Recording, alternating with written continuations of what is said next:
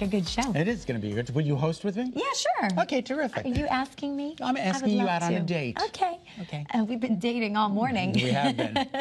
Well, when you are working out, you're eating better, and all of a sudden not getting results that you may have expected, that's when you hit a plateau. Yeah, that plateau may be happening for a reason you might not even think about. Your fight or flight response. Dana Brown, our 5-minute fitness coach, is here to explain how the nervous system impacts fitness. What on earth does the nervous system have to do with fitness? Oh, it's everything. Your nervous system controls every function in your body. Your digestive system, everything.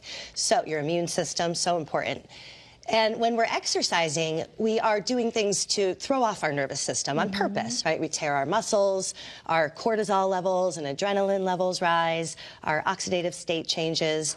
But the problem lies when you are already stressed before you even start working out. If your body is under tension, then it can cause more problems. Even injuries too, right? Yes, it can cause injuries.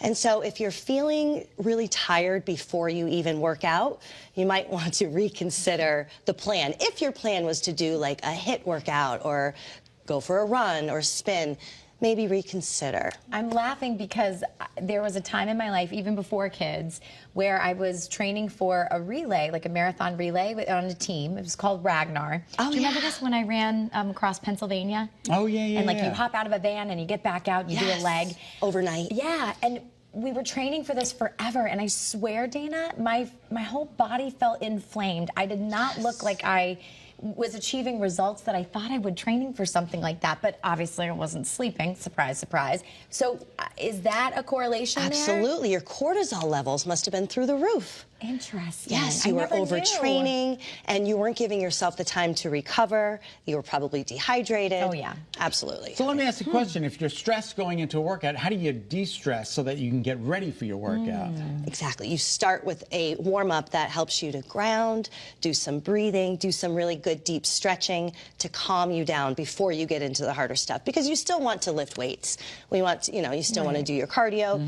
We have to work out, we have to move, but you have to listen to your body. I always start my sessions with my clients by asking them how they're feeling that day. You can't really go in with a plan because you just never know. Mentally or physically how they're feeling? Both. Mentally, physically, emotionally. I like that. Right? So if you're experiencing tremendous amounts of stress in your life, are even something like just kind of settling for stretching and kind of going inward and doing something very gentle, is that okay? Can we give ourselves permission to do that? Give yourself permission to do that, yes. If you're in a period where you're not sleeping enough, you're working a lot, maybe you're traveling and you're just out of your normal routine, for whatever reason, you're just not in your normal cycle, you have to honor yourself. Honor thy body. I took a walk 2 days ago, and it was 69 degrees on Monday. Oh, yeah. And it was just, like, I wasn't ready for a workout. I was just like, I'm just going to go for a walk, and I felt so good after I did that walk. It was really remarkable. That's wonderful. You calmed your nervous system. Yeah, I basically, but I didn't realize I was calming my nervous system. Yeah. Yeah.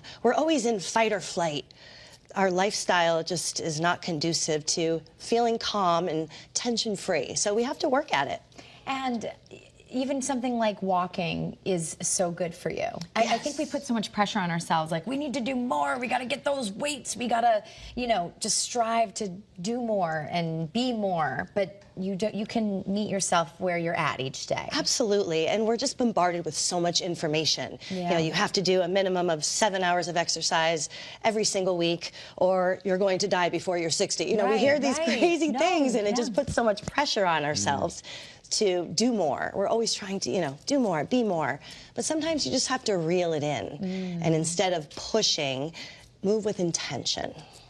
I have one more quick question. How can you decipher between I'm being lazy and I'm really not feeling motivated to do this because I physically and mentally are not there? That is a really good point. Because also, if your nervous system is in overdrive, you do feel lazy because you're in chronic fatigue.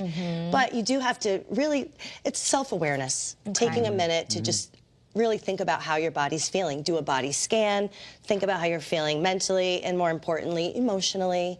And sometimes you do have to just push through and get it going, because you always feel better afterwards. How do we get in touch with you? The Harmony Workout. The Harmony Workout. Workout. Yes, There live it in is. harmony. Oh, I Oh my God, that's so wonderful. Info at harmonyworkout.com. You can follow Dana on Instagram as well. Harmony Workout, always posting some great stories and tips for everyone out there. I try to. Thanks, yes. Dana. You're Great to welcome. see you. Thank you for next having me. Thanks for sticking with us on the wax. All right, let's go for a walk. Yeah, let's do it. Oh, yeah. Sorry.